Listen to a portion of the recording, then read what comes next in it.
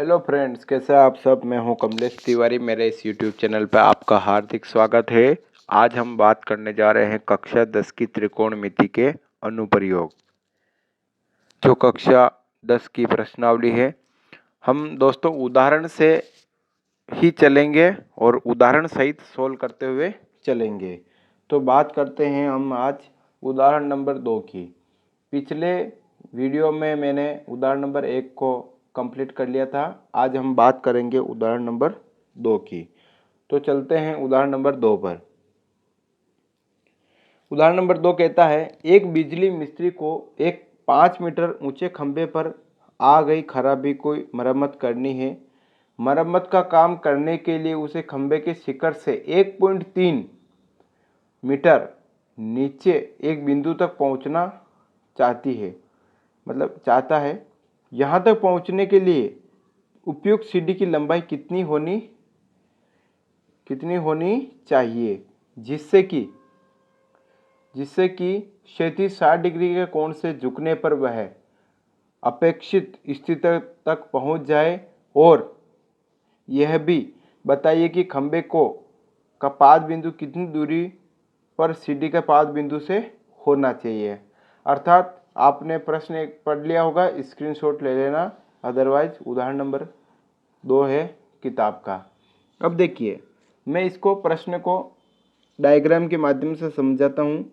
दोस्तों, त्रिकोणमिति का जहाँ शब्द नाम आता है वहाँ पर आपको समकोण त्रिभुज की बात की जाती है। अब प्रश्नानुसार हम चलेंगे। जो खंबे की जो ऊंचाई है, जो लंबाई है, खंबे की लंबाई है वो है 5 मीटर, जो आपको दे रखी है। अब वो कह रहा है कि खंबे की आई खराबी को मरम्मत करना है। तो मरम्मत करने के लिए उसके ऊंचाई जो टॉप हेड है वहाँ से 1.3 मीटर नीचे उस मिस्त्री को यहाँ पहुँचना है बी पॉइंट पे, न कि ए पॉइंट पे। ए पॉइंट से 1.3 मीटर नीचे बी पॉइंट तक ही पहुँचना है। अर्थात उसको 5 माइनस 1.3 3.7 मीटर तक ही पहुँचना है। तो हमारे लिए आधार का काम जो बीसी है वो आधार का काम करेगा 3.7 मीटर। अर्थात 1.3 मीटर का हमारे लिए कोई काम नहीं है। बस आपको थोड़ा सा सवाल को टिपिकल करने के लिए आपको 5 मीटर बताया गया है। अब हम आगे चलते हैं। अब आगे प्रश्न में बताया गया है कि सीडी से उनको 60 डिग्री का कोण बन रहा है। यहाँ पे 60 डिग्री का कोण बनता है।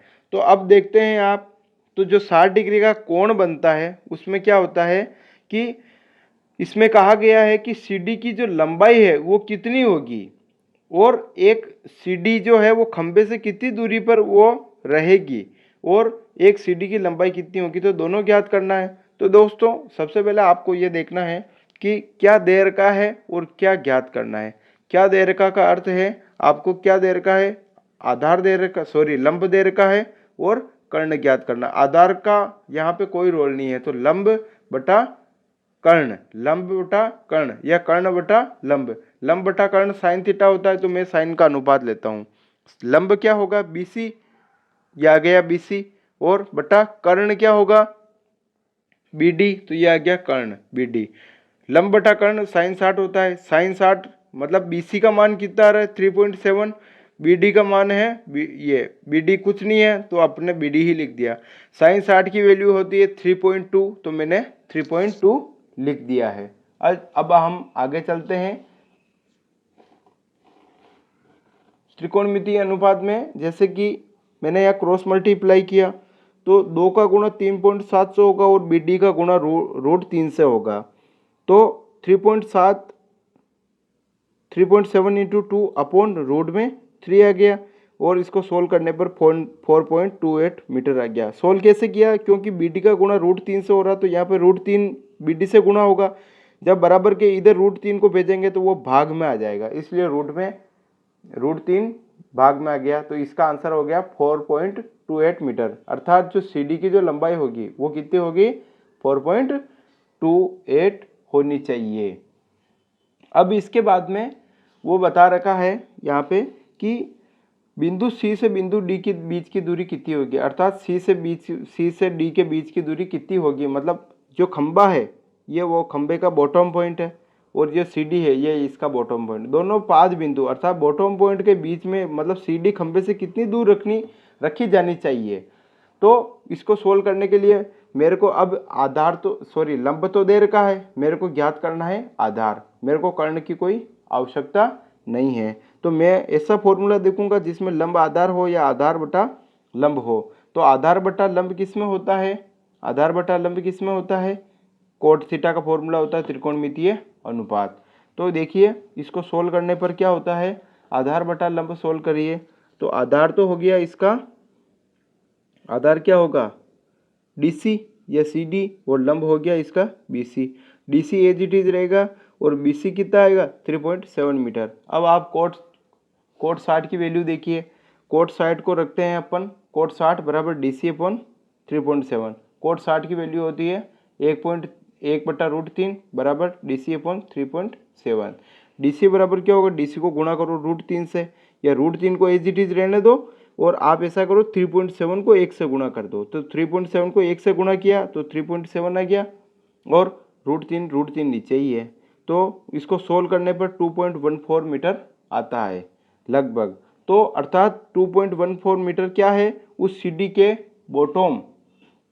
के बॉटम पॉइंट को खंबे से 2.14 दूरी पर रखना चाहिए। अगर आप इसमें देखेंगे तो आपके 2 पॉइंट यहाँ से लेके यहाँ तक की जो दूरी कितनी आएगी आपके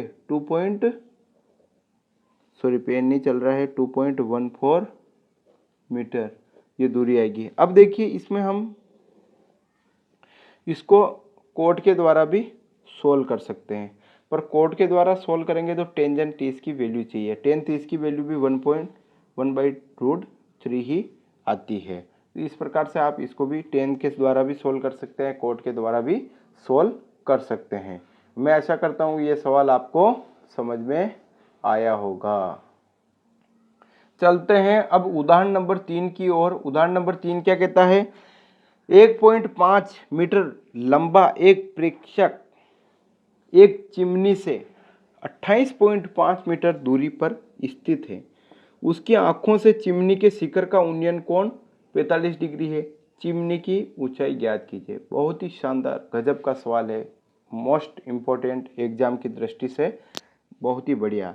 देखिए ये चिमनी है, चिमनी शुरू हो रही है बी बिंदु से, दिख रहा है आपको, बी बिंदु से चिमनी चालू हो रही है और ए बिंदु तक है। जो प्रेक्षक है उसकी लंबाई है 1.5 मीटर और उसकी आंखों से ये बिंदु ए पर वो देख रहा है, तो आंखों से उनका उन्नयन कोण बनेगा वो होगा 45 डिग्री का। तो ये है 45 डिग्री कोण और दूरी है 28.5 मीटर, अर्थात ये दूरी कितनी मानी अपन ने 28.5 मीटर। ठीक है, उसके बाद में ये जो दूरी है, ये चिमनी की दूरी 1.5 मीटर तो यही काउंट होगी। अब उसकी आंखों से 45 डिग्री का कोण बनता है, तो मीनार की ऊंचाई चिमनी की ऊंचाई ज्ञात करनी है। तो चिमनी की ऊंचाई चिमनी की ऊंचाई ज्ञात करनी और बी अपने पास दे रखी है, अर्थात 1.5 मीटर तो वैसे ही काउंट हो रही है, क्योंकि जो व्यक्ति की हाइट है उतनी चिमनी की ऊंचाई भी होगी यहाँ तक। तो फिर इसके बाद की ऊंचाई ज्ञात करके इसमें जोड़ देंगे 1.5 में, तो वो टोटल यहाँ से लेके यहाँ तक की दूरी आ जाएगी। यहाँ से लेके यहाँ तक की दूरी है, यहाँ से लेके यहाँ तक की दूरी ज्ञात करनी है, फिर दोनों को मिला देंगे तो टोटल चिमनी की दूरी आ जाएगी। अब ये दूरी तो हमारे पास ऑलरेडी दे रखी है, क्योंकि जो व्यक्ति की ऊंचाई है वही इसकी ऊंचाई होगी।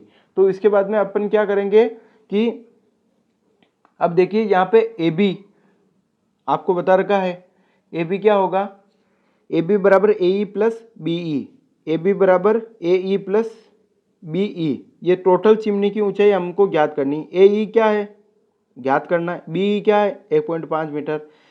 अब देखिए डी ई या सी बी दोनों एक ही तो है, क्योंकि दोनों का आधार एक ही है, तो क्या बनेगा 28.5 मीटर। ये मैंने आपको बता रखा है। ये यहाँ से जो यहाँ का हेड है प्रेक्षक का और वहाँ से लेके जो चिमनी की है जो पाद बिंदु है वहाँ के बीच की दूरी कितनी है 28.5 मीटर। अब हमको ज्ञात क्या करना है, मीनार की ऊंचाई ए बी अपन को ज्ञात करना है। तो आप देखेंगे अगर इसकी ऊंचाई ज्ञात करना तो इसको लंब ज्ञात करना है, और मेरे को आधार तो दे रखा है, तो लंब बटा आधार फॉर्मूला लग जाएगा। क्योंकि